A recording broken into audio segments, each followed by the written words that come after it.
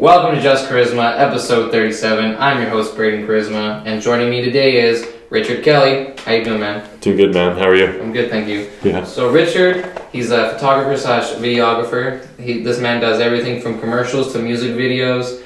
He does great, he has got phenomenal videos. You need to check out his website, do everything. If you need him, get him. This guy's the man. Thanks, man. And then he's also been doing some troubled youth and working with the special needs, which is really cool. And then he's also bought and sold a business, which is incredible. Yeah. So I figured we could start with what you're doing. You're very passionate, and it seems like it's really starting to take off your career with videography and photography. So, why did you choose to go into that type of stuff? I was into music when I was, I've been doing music my entire life, and I was basically in the studio at one point, finally recording after years of kind of trying to get into recording. Right. And then my producer, a couple sessions in, before we start recording, we start looking at cameras and photography, because he was into photography too. Okay, yeah. And so at that point, I had just kind of started Instagram and just posting whatever I felt like, but I had taken a few cool sunset pictures, and then I was inspired by the ship photos he was showing me, and he basically showed me, he's like, hey, this brand, Sony makes these cameras, they're really compact, they're really easy, and if you want to take photos, it's pretty cheap. And we found one that was $300. Nice. And so instead of recording that night, we drove an hour and a half, bought the camera at 10:30, 11 p.m. at night. Nice. Drove back, I got home at 1 a.m. But yeah. And then after that, I just started taking photos, and instead of recording music, we just spent our sessions just practicing photography, learning. Okay, yeah. And he took me under his wing and taught me about that. And then I was like, okay, well, this is cool. And then just before that, I had started traveling and found a love for spontaneous road trips. And so I started doing that more. Okay. And I started getting out more, and I just take pictures of little trips and stuff. And then I'd spoken to one of my friends who was, she was an influencer and travel photographer. And she'd gone to 30 plus countries, and all of her trips were always paid for and comped, and she'd basically never have to pay for her travels because she'd do work with resorts, and so she'd have her, rooms covered plus a bit of money, and she was able to travel and not lose money. That's insane. She's a full-time traveler for the most part. So I was like, that's amazing. How do I get into that, right? And this is before people were before you see the ads and shit on YouTube, right? Yeah. This is before Sam Colder. This is this is about 4 years ago or something. Yeah. So this was probably around that time when they were starting to get out there, but I had no idea that there were actually famous influencers on Instagram. For sure. And people who actually had followers that got to do this, and so it was a new world to me because I was in just a completely different zone. So yeah, basically she just gave me tips and took me under her wing as well. Perfect. And showed me this is how you do it, this is what you do. And so I was like, okay, cool, I'm gonna do that. And I just started posting and taking pictures, getting out, and then I moved to Vancouver Island and just kind of went even harder and went to Tofino, Victoria, all the cool spots, and just kept on doing that. And then realized I was like, hey, I think I'm getting somewhere with this, and I can actually do this. So yeah, about 8 months into having a camera, that's when I just kind of cut out all my extra free time of sorts, and just dedicated it all to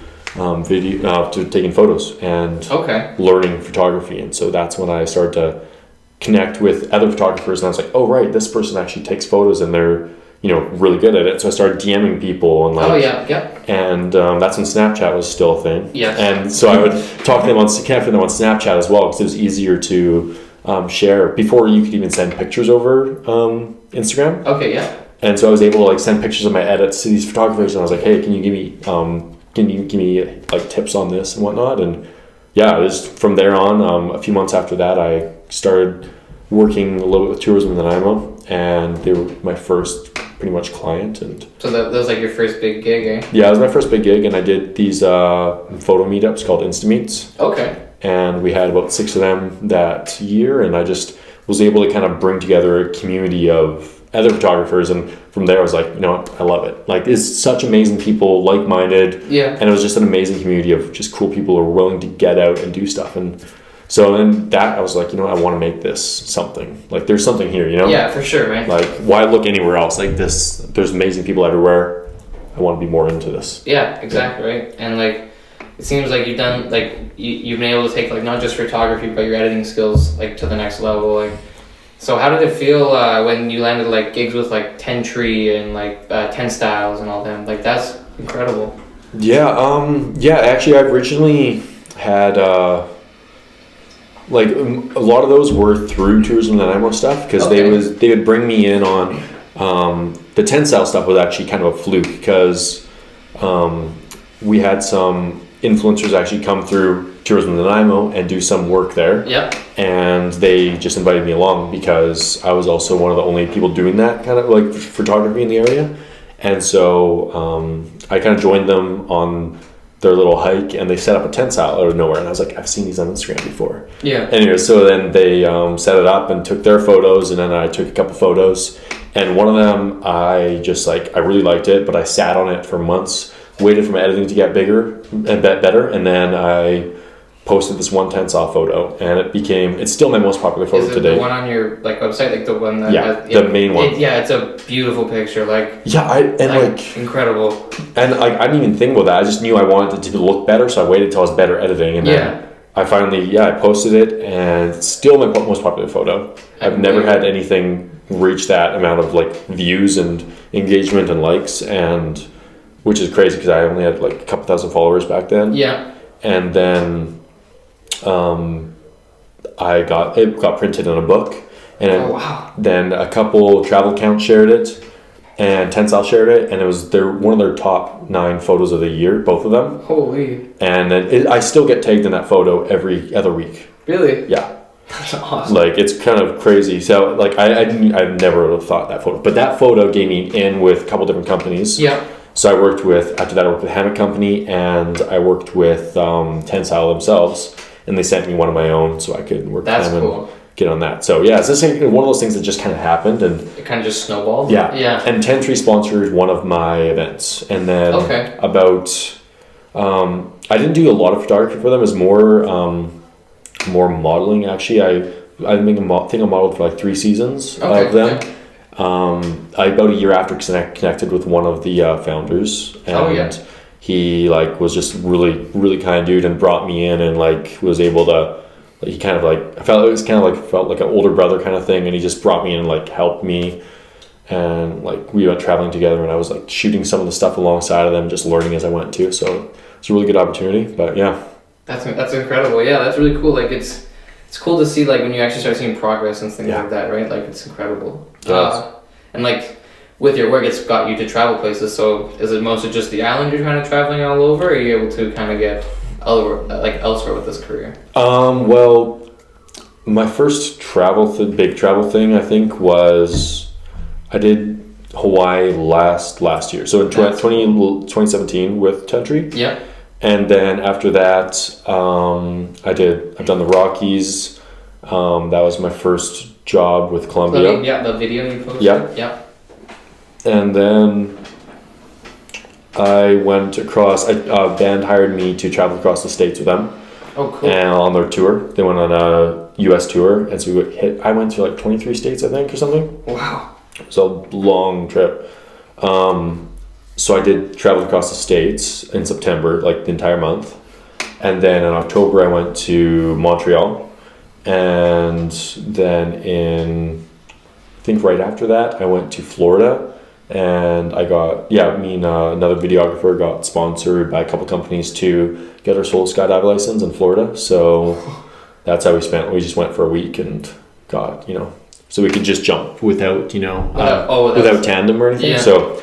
Yeah, that was a good experience. So like I've gotten some decent travel out of it so far. No doubt. And like when I go around the islands just for like my own use for the most part. Okay. I have a couple clients in Tofino that I'll go and work with sometimes. I'm going next week, I think. What is it? It's the 11th today? It's the 11th, yeah. So next week I think I'm going to be going there like 10 days. Yeah. That's exciting. Yeah, I mean that's crazy to be, just even getting that solo skydiving thing that's already an experience and a half right there that I can It's imagine. fun. Yeah. I almost like, it's crazy because like my first jump, like the first time I ever jumped out of an airplane, I wasn't strapped to anyone. Oh, okay. So it was just like, I just had to figure it out. And like you have instructors that come down with you. Oh, okay. And then you run through a few, routines, and then 6,000 feet, pull the chute, and and it was really cool. But I feel like at 30 feet off the ground, I like started to like slow down the parachute, but then I was like, oh shit, I think I'm a bit too high still, and so I like went to let up and I dropped like 10 feet. So but I rolled. If you roll it out, then you're usually fine. But like I could have like really screwed myself up there. For sure. Like, it was could have really wrecked your legs or something. Just like out of nowhere, just all of a sudden. Yeah, it's like, did you see that video with the hang gliding and the guy had to like hold on the whole time? Really? No. Yeah, they forgot to strap him in, and then literally like wasn't strapped. He literally had to hang onto the hang glider while the instructor like got it to the ground. It was actually insane. That's so stressful. Yeah, like you can't let go. You physically can't. That's intense. Yeah. Dang. Okay.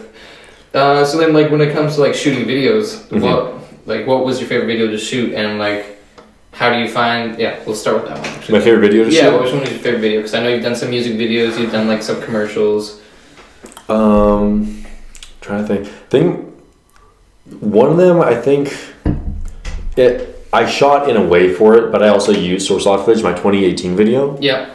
So that one was like, it was like a mixture of projects and video I shot specifically for it. Yep. At the same time. So in a way, that was my favorite video I've done. Okay. To actual shoot, the process of shooting and stuff. I think the Glenfiddich one in Montreal with a Scotch band. Yep. That one was the most interesting thing to shoot. It was a really cool experience, and we got to participate as well as like cool. And it was like just incredible, like world-class cocktails that were just so unique in themselves with like dry ice coming out of them and stuff. Oh, cool. That was like the coolest like job. Yeah. And they're incredible people as well, like amazing people. Like they're just so kind and hospitable, and like it's just an amazing company to like work alongside. Nice. And yeah, but I'm trying to think. I think my favorite all-in-all experience was the Rockies one. Yeah. Because that was just a good time. I mean, like I can imagine only like the sites were just incredible, and like good company, good sites. I mean, you can't get much better than that, right? Yeah. But the guy who I was filming in a lot of video, Eric, is just amazing man. Nice. He's such a like great like leader. He just brings. He's also the one who he has a side business called From Barrel to Bottle. Okay. And he brought me in to work with Glenfiddich in Montreal as well. Oh, so okay. yeah, the connections. Yeah, he's just like such a kind human being, and he's like just so like welcoming as well into that. So yeah, like working with him on, I guess my two favorite projects were both working with him. So that's awesome. Yeah, really good guy. Okay. And so yeah. Nice. And then like with the videos that were like music videos, how did you know it was the right song? They just tell me. They just tell me what song they want to do. Okay, and fair enough. Yeah, they just tell me what song. Usually it's like, hey, we're releasing this as a single. We want to promote this track, so we're going to make a music video to it. And I was like, okay, cool. Cool. Okay, makes sense. Yeah, and so it's pretty like I don't really have much say in that for the most part. Okay. So yeah. That makes sense. It's always like for a video you have it, they got to choose a song. Any tips? Pardon? For a like, have you had to choose a song before? For videos? Yeah. Oh yeah, like every other video I do, I have to figure it out. Depends what the video is for, and for the Rockies one, I had to license a track from a website that has all these tracks on it. And so that's a difficult thing because you have to find something that matches the vibe, and it's so hard to find that. Like I'm a musician as well, so I've started to actually produce my own stuff because I can like kind of. Because you can kind of get the vibe already, like you're feeling it, and you're just like, all right, this is where I'm going. Yeah, 100%. Yeah, so I'm gonna I'm working on a couple of things that will for future projects that I can just fully have my own video, my own music too. Perfect. Because it's easier that way. Yeah. And I can kind of fully channel the emotion and feeling with it, but. For example, with my 2018 video, that was like a difficult one because I spent 3 months because I made a 2017 video that was a minute, and I was like, cool, this is just a compilation. I wasn't really into video at the time or doing much of it, so but with my 2018 video, I had to like half a year to think about, okay, I'm going to do this. And so I had like 3 months to think about what songs I wanted. Yeah. And it was a 3-month process to actually find songs that I think represented me and my growth and my mindset in that year. And like, just, I also have the same energy and same vibe. And that was it was a long process, and then before I even made the video, I took 6 songs and laced them all together.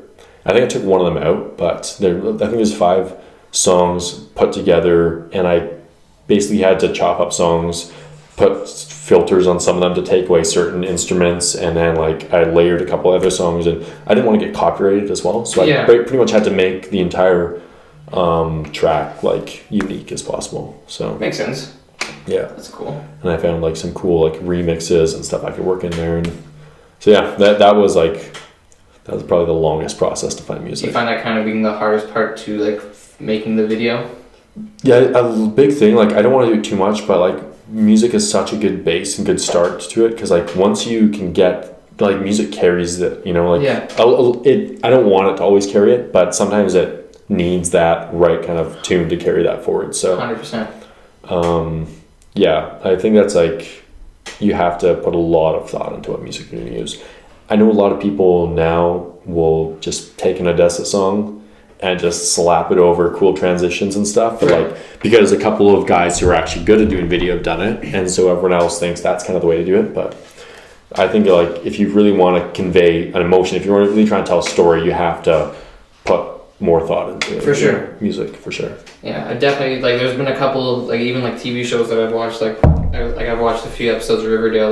There's a couple moments where like the song definitely made the moment like 1,000 times better. Like it just like, if it was any like maybe another song could have also made it just as good, but like it's like the timing and everything, and it just like sends chills down your body, and you're just like, this is it, like this is perfect. That's why, like, even on shows like America's Got Talent, it's so produced and so done, but like they have like the right song at, like, for example, those golden buzzer ones that you'll see, like they'll play like Fix You, and they'll hit the climax right at the golden buzzer point, and then you have that like big emotional powerful moment, and that's like 100%. If it was just people cheering, it'd be like, cool, that's awesome, good for them. But in this one, you feel like you're in it because you connect to that song already, and you're like seeing it on there, and you're like, oh, this is so good. And so like that, it is so important to like, especially to make that emotional connection. 100%, man. Yeah, that's really cool. Yeah. So this is the part of the show called the motivational moment. Okay. So Richard, what's your passion in 5 words or less? Passion? I'd say do something. Do something. So yeah, I have this tattoo right here. It's covered up by my watch now. I need to figure that out. But yeah, do something, and it's. Do I have to explain in 5 words or less, or is that no? Okay, yeah, that's good. Yeah. So like, why do something? Do something is because there's always an opportunity to take a step towards your goal. If you're someone who's like living and trying to work towards a goal at the same time, like there's always something you can do every single day. 100%. There's always an opportunity to, like, whether even it's just sending a simple email, whether it's researching something, you know, whether it's connecting with the right person, whether it's even like practicing, like if you're, you know, if you're trying to, for example, like become a successful photographer. For me, it was editing a photo. I could edit the same photo differently. You know, even if I didn't have time to go out and take photos, I would go back into old photos, re-edit them, and see and compare the old version and the new version, like, and learn from that. And like, you know, like there's always something you can do no matter where you are. Yeah, something that can benefit you, whether it's just taking that next step, right? Another thing I did was like, I would take my phone and put the photos onto my phone, and I'd edit them in my phone so I could just learn. Oh, so like when you're like on the road or something, you edit on the fly. Okay. Yeah, and so there's no excuses. It's not like, now it's on my phone, I can't go and play games. Yeah. You know, like if I have this 20-minute block, I'm just sitting there waiting, or like on a bus or whatever. Yeah. Then that's my time that I'm going to edit that photo instead of going and playing that game, or instead of watching, you know, like scrolling through the Explore feed on Instagram. Like there's always, you'll always find time to do something to move yourself forward. So yeah. Well, that's cool. Yeah. I mean, it makes sense though. I mean, like, it's like people talk a big game, how they want to do something, how they're like, oh, I'd love to do this for a living, but you know, I can't do because of this and this, or like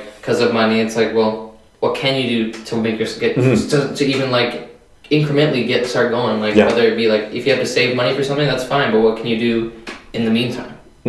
Exactly. Yeah. There's always something, and like I met so many people with those excuses, and then I met so many people who like even get to a point in like I remember being friends on Facebook with a bunch of photographers that I knew through Instagram, for example. Right. But these guys were like, they were successful in one area, but they were also complaining because they were like, I don't have enough this and I don't have enough that, but like their lifestyle was like unproductive.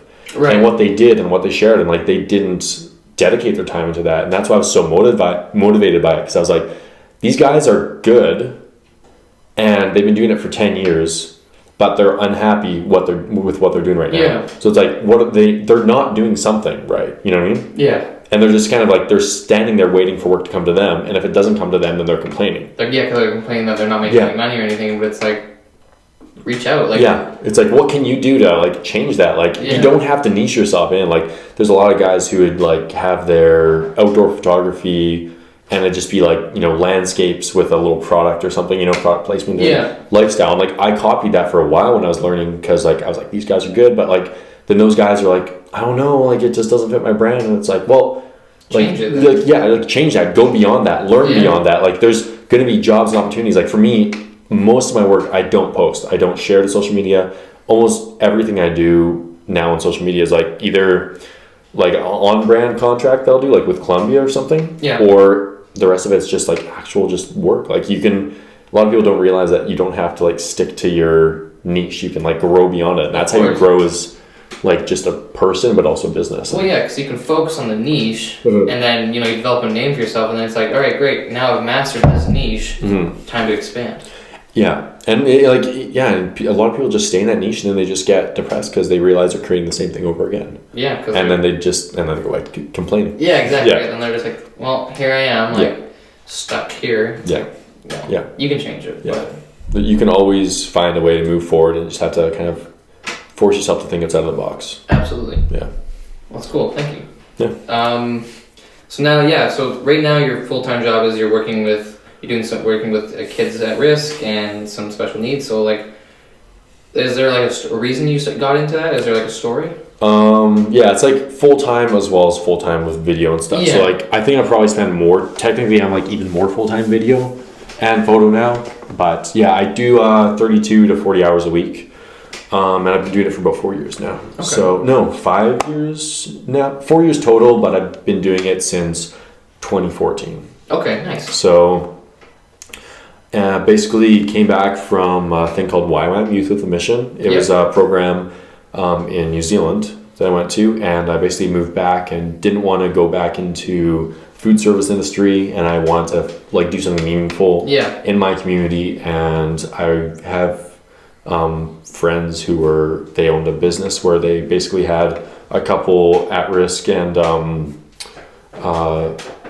there was an autistic boy and another child with schizophrenia. Okay. And they had them in a home because they're not allowed to live with their parents, or they don't have parents, or their parents don't want them.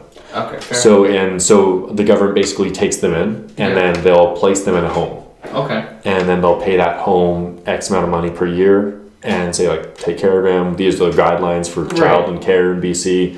And so then they hire people in to live in that house for like 8 hours a day or 16 hours a day for shifts, and basically be like parents or like care providers for them. Okay. And just try to teach them life skills and try to integrate them and help make their life like as normal as possible. Right. With, you know, and like help them be the best versions of themselves, pretty much. Sure. Despite their circumstances, which are beyond their control, right? Like, it's so brutal because like, and so like I just realized like this is something I want to do, because like these kids have no like say over their situation. Like, like it's just like they're just dealt a shitty hand, and it's just like, and they're probably just lost, right? Yeah. It's like, what am I supposed to do? Well, they're lost, and it sucks because in a way that some of them are just unwanted. Yeah. And due to their disability or due to their situation, which you can't have control over either of those things. You know, you can't force yourself to be loved by your parents. You can't force your parents to like, you know, want to take care of you despite that. And like, so these kids are just, you know, like out there, and I was like, you know what, I want to do this right now at this point in my life. And so I just started working that, and then did it for 2 years, and then that's when I started getting into music, and then the music transitioned into photography, and then I moved here, and then I worked so much at that. I was like, you know, I'm going to dedicate time to photography. I'm going to get a job that doesn't take as much of my time for me. So I went and worked at Starbucks. Oh, yeah. And so I'd just do Starbucks. And then one day at Starbucks, a guy came through and we talked about a shirt because it was about, you know, empowering youth or something. Yeah. And within like 30 seconds, he offered me a job at his company. Oh, and wow. they have like 15 homes in Nanaimo and Vancouver Island. Yeah. And they're all different groups of different adults or children with disabilities and with or at-risk youth. And yeah, they all have their own different homes. They're grouped accordingly, you know, due to, you know, who works best together and stuff. Yeah. So yeah, I started working that and I got back into it and I was like, this is great. And it's a great company. I work with amazing people and I'm now full-time at a house with some youth, and I can't talk more about it beyond that, like legally, because it's all, you know, especially with minors and whatnot. Of course, yeah. I can't share beyond that. It's crazy. My own friends, like the people I spend the most time with, forget I have this job because I can't talk about it. Yeah. I can't share about it. I can't be like, yeah, my day was rough, you know? Yeah. But like, I'm just like, hey, this is it. And so like some people, like when I'll say I have to go work, they just assume I'm like, yeah, I have to go to work. I'm sorry, I can't make it to your show. I can't make it to, you know, this thing. And they just think I'm a dick because I'm just like, they're like, why are you just sitting at home on your laptop? And I was like, no, I'm like, I have an actual job. You keep on, because I travel a lot too. Right. And because I'm able to have 3 days off in a row. Okay. Usually, so I'll go to Vancouver for 2 days or go to Tofino for 2 days, or you know, like sometimes I'll like once I just took an extra day off and went to Hawaii. And so like I'll travel these big trips, and so nobody thinks I actually have a job. And so like each time, like every month, I'm reminding another one of my friends, I'm just like, I have a real job. Like, that's awesome. It's kind of funny at this point, but whatever. Yeah, I mean, like, I love it for now. Yeah, it's really good. I was gonna say it must feel really rewarding, like helping these kids and like, actually, like before we carry on, have you seen How I Met Your Mother before? Yeah. It's like when so whenever they ask Barney what does he do for a living, please. And then I'm just like, what? Okay. Yeah. But yeah, that's really cool. Like, so do you work with the same kids every day or like those days? Yeah, now that I've gotten into it, I found a home that I like. The entire staff of this one specific home, they're incredible people. The house manager's an amazing guy. So yeah, I work at one place now. That's cool. Yeah. Okay. It's good. It kind of that way you can build a strong relationship and a strong, like, 100%. You know, like you can have more of an actual opinion and like, you know, share with them, and they'll actually be willing to listen as opposed to the substitute teacher in a way. You know what I mean? 100%. Yeah, because anytime a substitute teacher walks in the room, no respect. No respect. Like you get nothing. Like and it takes a while, like, to learn trust, and because like these kids literally like they don't have adults and like even anyone to rely on, right? So like it takes a while to build that relationship and that trust where you can actually influence their life positively. So, yeah. So then, do you stay with like working with those kids until like a certain age, or do it like as until like it's till they get to the point where they can do on their own? Yeah. So how it works usually is a lot of at-risk youth will be they'll have a contract. They'll be in the ministry, in the system for like whenever they get in until they're 18. Yeah. And I think as soon as they're done being 18, once they hit 19, I think now they are kind of cut off. Okay. Like, okay, here you go. We've given you this. We've given you everything we can give you now, and now we can't put money towards you. You're on your own. And some of them still have money coming towards them for independent living. Yep. And they'll set them up with jobs. They'll still have counselors and money towards that usually. Okay. But it's really rough because like a lot of these kids don't have enough life skills to actually survive. And then like I'll keep on reading headlines of, you know, some at-risk youth ends up dead in a tent somewhere. Right, yeah. And like I read a headline like that last year, like, you know, on the highway between like Surrey and Vancouver, Langley and Vancouver. I think so. And it's like apparently there's a kid who's set up in like set up a tent in the ditch or off to the side and just like had an overdose, and like there's no resources for them. Yeah. And that's really tough. So I think, I don't know, people are trying to push, for example, if a kid needs a lot more help or extra time, then their team, their social workers, their probation officer, etc., their doctor will all say like, hey, we need to continue supporting this client, and then they'll move them to a different house once they've aged out, you know? Okay, so then when they age out, do they go to a house with another other like people who have also aged out, or is it more like okay? Yeah, usually like our company does that with a lot of our higher risk and higher needs clients. Yep. But some of them have to go to different houses or different communities. So, right. Okay. So it's all different. And it's really tough because there's not enough people working in the industry to support so many kids, because there's an increasing number of children that need help. And like social workers, some of them that we work with see between like over 100 kids in like a month. Oh my gosh. And if you think about that, you can barely give a kid an hour a day for a month. Literally. Like, you know what I mean? Like, you give a kid an hour of your day, and then you have like 3 hours with like paperwork for something, and then maybe you have a couple more, hour for a meeting, and then maybe you'd be able to see 2 kids or 3 kids in one day, maybe. That's crazy. And then those are your 3 kids, an hour each out of 90. You know what I mean? Yeah. For example. And then that's your month. Then you have to see the next month. And so like there's no way to build that even. That level of trust or anything, that relationship where they're like, where they see you and they see and they immediately respect you, and instead of they just, oh, you're here again, Yeah. So that's what I said. That's a really tough thing. So if you're looking to get into that, like if people listening are looking to get into that, like that's always a need. There's always people and especially youth that need help. So, yeah, that's cool. Yeah, it's exciting. And there's a lot of different areas of career to get into that area. Okay, cool. That's cool. And then you can kind of branch out and kind of do more something specialized if that's something you prefer. Exactly. Okay, that's cool. So you were also telling me you bought a business, rebranded it. We didn't buy it. That's a little bit confusing. Yes, sorry. I may have worded. I don't know I don't remember how I worded that, but I think I may have said that wrong.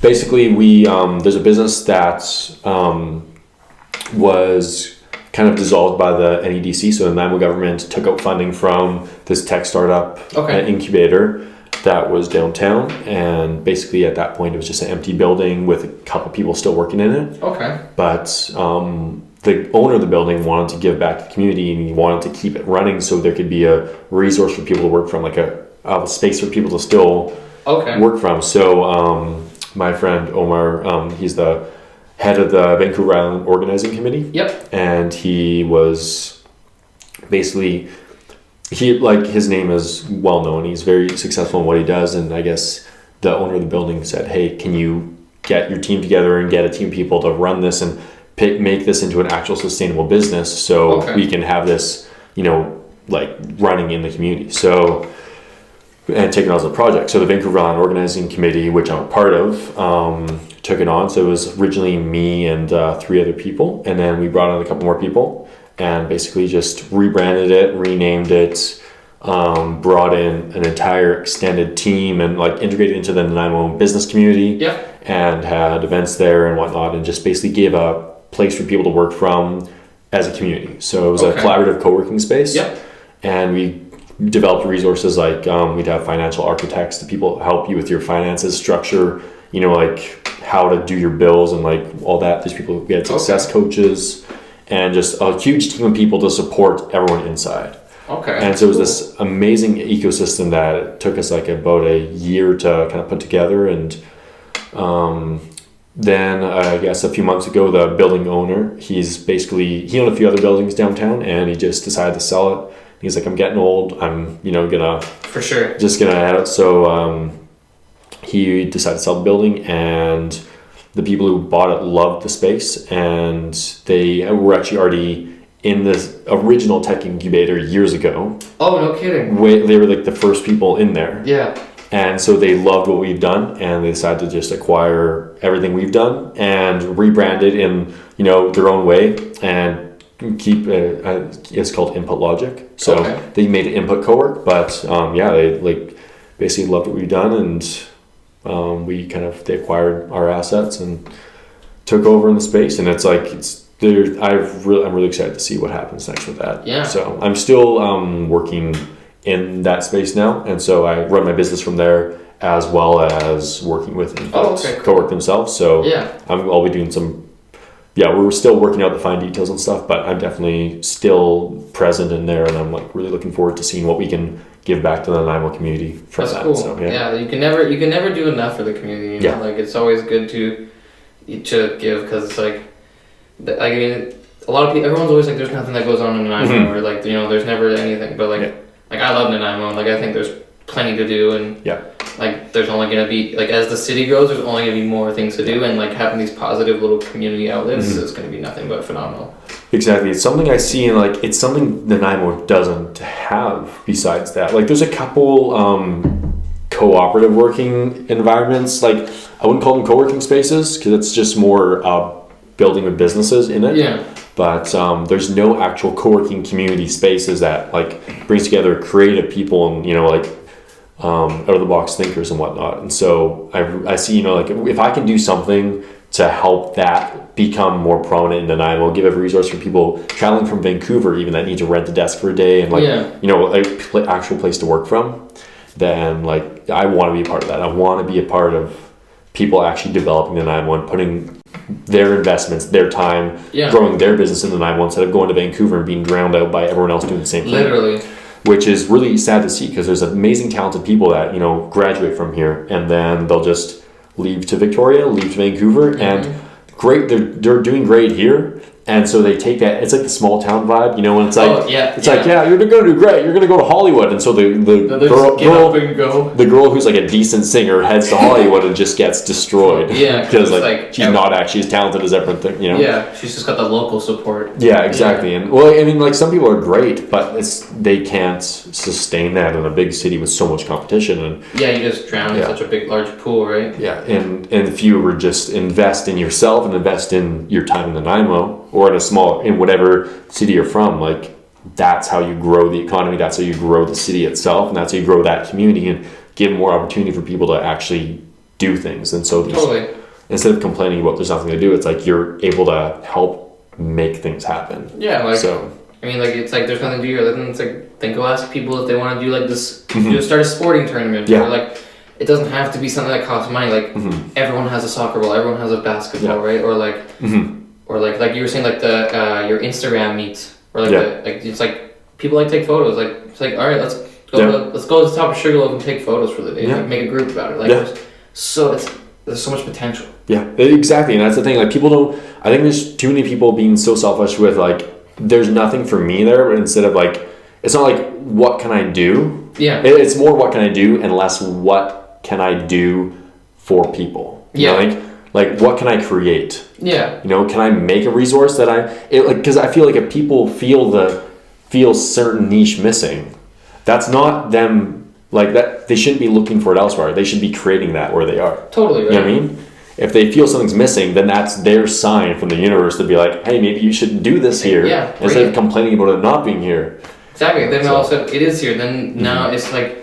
Then you've set up the stepping stones for someone who just all of a sudden gets hit with that idea. Oh, I'd love to do this, and then we can do this here, and then it's just like boom, and then you're making. Then they're gonna like connect with you immediately, and then it's just like it just snowballs and just falls down, right? Like it's just gonna be a wonderful thing. Yeah, exactly. And like one of the things in Input Cowork now is they're gonna be working on a podcast studio. Yeah, you're saying at least one. Yeah.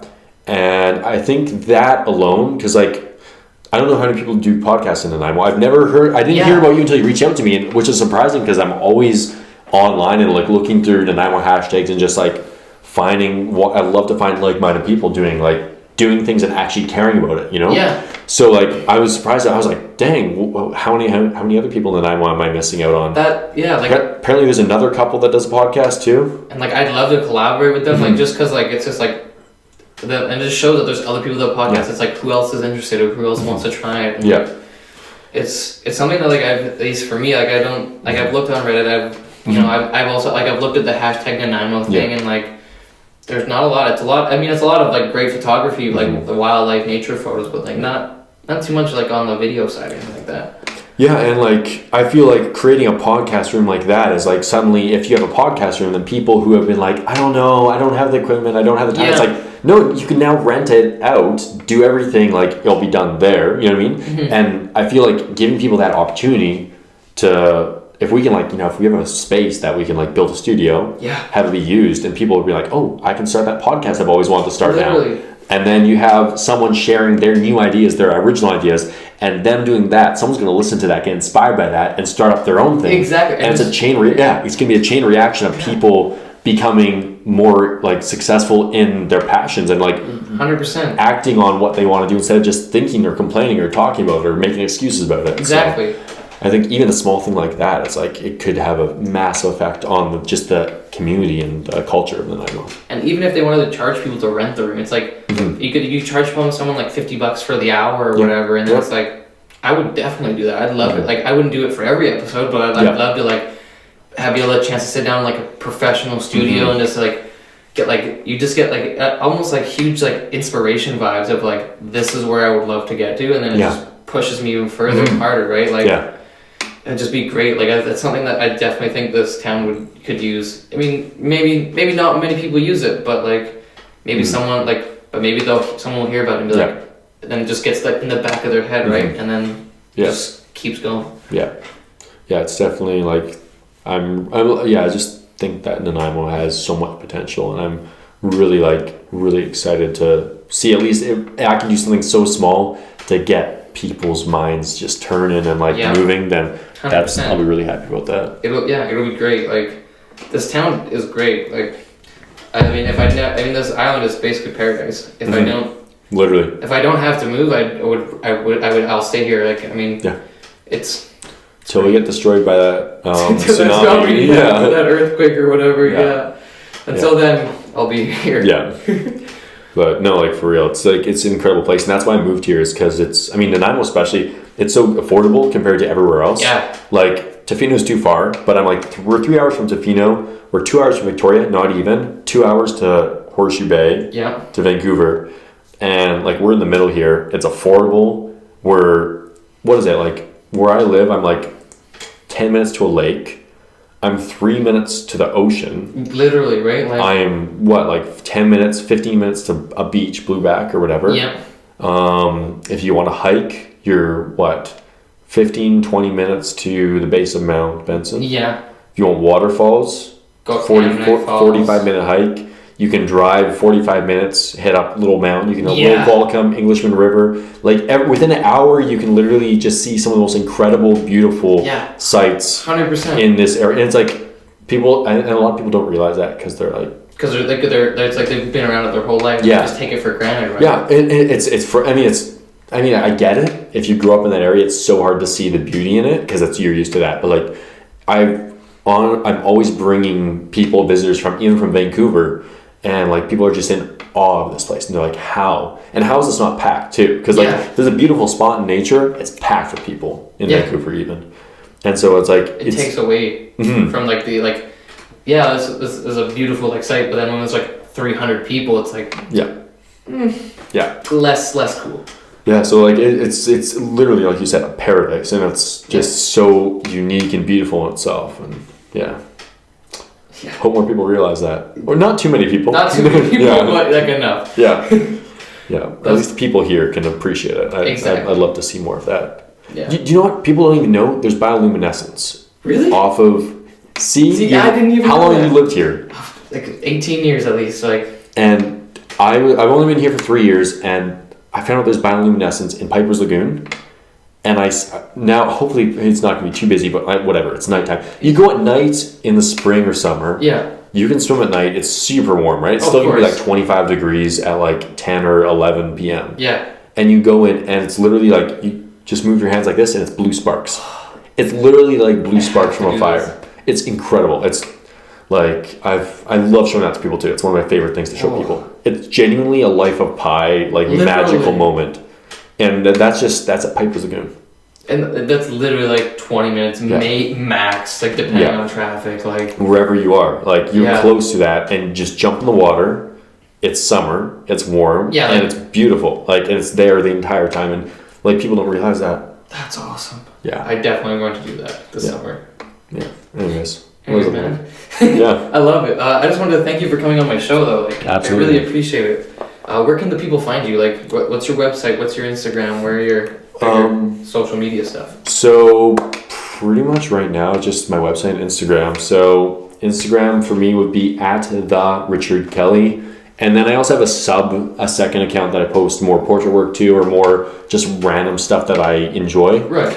It's called Also Richard Kelly. Okay, cool. So, The Richard Kelly, Also Richard Kelly. All right. I'm trying to buy just at Richard. It's That would a be process. awesome. It's a process. Do you have Like to actually buy it? you have to, because there's people who own it. So I'm trying to like offer them like X amount of money and be like, hey man, what do you think about this? And then For sure. So That's cool. I want to, there's a couple usernames. There's a couple other ones that I want to like make offers to. So just because I just like to have something simple. Yeah. But for now, it's Richard Kelly, and then my website is richardkellystudios.com, and that's if you want to, if people want to contact me for commercial work or see my stuff. I need to update it more because there's so much work I've done that's still not on there. So yeah, and it's a great website. Like it's clean. Like it's easy to like navigate. Like it's as soon as I logged on or as soon as I seen it, I was like, you already seen who you're working with. You've seen some of your your products, and it's phenomenal. So it looks good, man. Thanks, man. Definitely follow Richard. He's a great guy, and just like he's going places. Like you'll be seeing his name on like big commercials soon. Like you can find me at Just Koryzma on like everything. Don't forget to hit that subscribe button. Check out the other videos. Check out the vlogs and Rumble in the Jungle. And we'll see you guys next time. Thanks.